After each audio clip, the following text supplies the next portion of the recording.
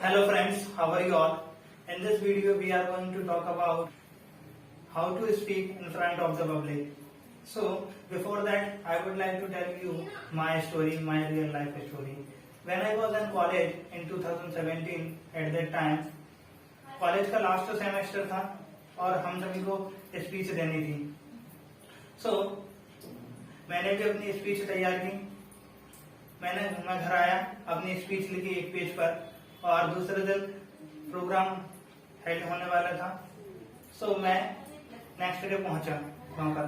मैंने जो भी स्पीच तैयार की थी उससे पहले कभी भी पोडियम पर जाकर बोला नहीं था. मैंने अपनी कभी स्पीच नहीं दी थी. सो जो भी मैंने प्रिपरेशन की एट होम, मैं दूसरे दिन वहां पर पहुंचा. पूरा कार्यक्रम चल रहा था, प्रोग्राम चल रहा था. उस समय सभी ने इस प्रोग्राम की स्टार्टिंग हुई. सभी चीफ गेस्ट बैठे हुए थे, मैडम सारे टीचर्स सभी बैठे थे और ऑडियंस भी बैठी हुई थी. सो जब जैसे ही मेरा नंबर आया स्पीच देने के लिए, मैं वहां पर गया. इसके बाद मुझे लगा कि मैं दे सकता हूँ स्पीच.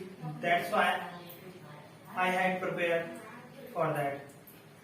बट हुआ ये, जैसे मैं मंच पे पहुंचा और माइक लिया, मेरे जेब में, मेरे पॉकेट में अपनी लिखी हुई स्पीच रखी हुई थी. मैंने उसे निकाला. निकालने के बाद मैं टेबल पर रखा और अपनी स्पीच देना स्टार्ट किया. Respected director sir, principal ma'am and my dear classmates. इतना तो मैंने सही से बोला था. उसके बाद जो भी मैंने लिखा था वो सभी भूल गया था और एक सेल्फ कॉन्फिडेंस था वो सब कुछ लूज हो गया था. जो भी मैंने लिखा था वो सभी भूल गया था और एक सेल्फ कॉन्फिडेंस था वो सब कुछ लूज हो गया था. कोशिश की, ट्राई किया बोलने के लिए. सो मैंने उसे बोलना स्टार्ट किया, लेकिन ऐसा लग रहा था जैसे कि मैं उस स्पीच को पढ़ रहा हूँ. कोई फीलिंग नहीं, कोई कुछ नहीं. और मैंने अपनी स्पीच देने के बाद पोडियम से नीचे आया और अपनी कुर्सी पर जाकर बैठ गया. देन आफ्टर मुझे रियलाइज हुआ कि मैंने कौन सी गलती की है. मैंने रिहर्सल ही नहीं की थी. सो फ्रेंड्स, जब भी आपको ऑडियंस के सामने अपनी स्पीच देनी है, आपको कुछ पॉइंट्स को ध्यान रखना है जो कि आपके साथ शेयर करने वाला हूँ. So first point, prepare and rehearsal. जो भी स्पीच आपको देनी है ऑडियंस के साथ, ऑडियंस के सामने, सो पहले उसे एक पेज में लिख लीजिए और उसकी प्रिपरेशन कीजिए और रिहर्सल करना बिल्कुल मत भूलिए. मिरर के सामने उसकी प्रैक्टिस कीजिए जितनी बार हो सके उतनी बार. जब तक आपको सेल्फ कॉन्फिडेंस नहीं है कि मैं बोल सकता हूँ, तब तक उसकी रिहर्सल कीजिए in front of the mirror. Then after आपको विजुअलाइजेशन टेक्निक का यूज करना है कि मेरे सामने 5000 लोग बैठे हुए हैं और मैं अपनी स्पीच दे रहा हूँ. वे सभी मेरे लिए ताली बजा रहे हैं.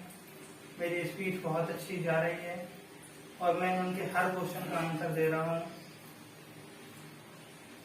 तो इस तरीके से आपको एक विजुअलाइजेशन करना है कि किस तरीके से आपको अपनी स्पीच देना है in front of the public, अपनी ऑडियंस के सामने. Then never use complicated word.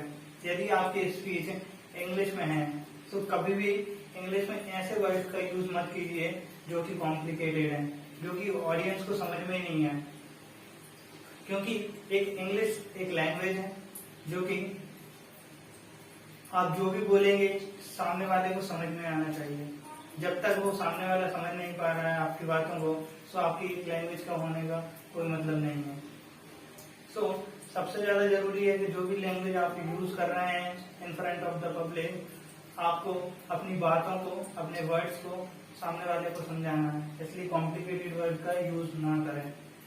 Then engage your audience in your speech.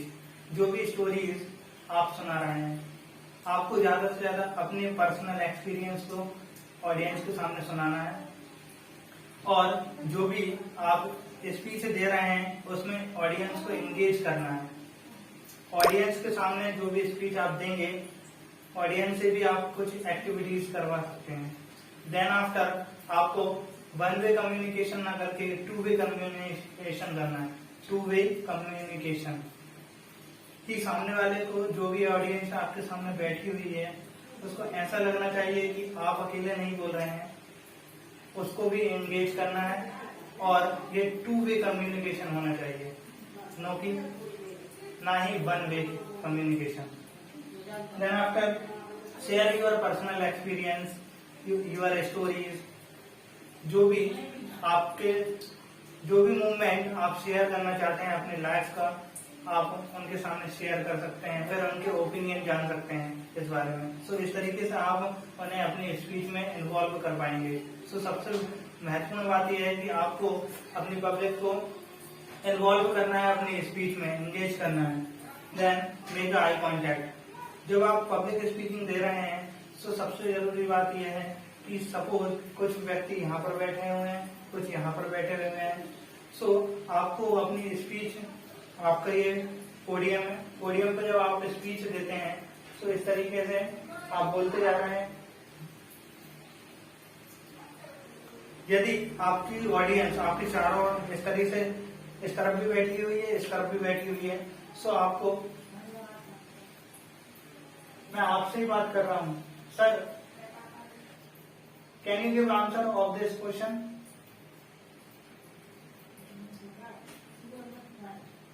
इस तरीके से आपको अपनी पब्लिक के सामने अपने आई कांटेक्ट को मिलाना है।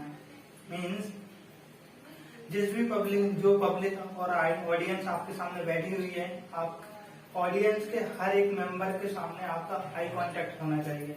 यह बहुत इंपॉर्टेंट है फ्रेंड्स, क्योंकि ये जब तक आपका आई कांटेक्ट नहीं है उनके सामने, सामने वाले को फील ही नहीं होगा कि वो आप उनसे बात कर रहे हैं। सो यह रियलाइज कराना कि आप उनको एक स्पीच दे रहे हैं और वो आप उनसे कम्युनिकेशन करने आए। Before speak in front of the public, आपको प्रिपेयर और रिहर्सल करना बिल्कुल भी मत भूलिएगा।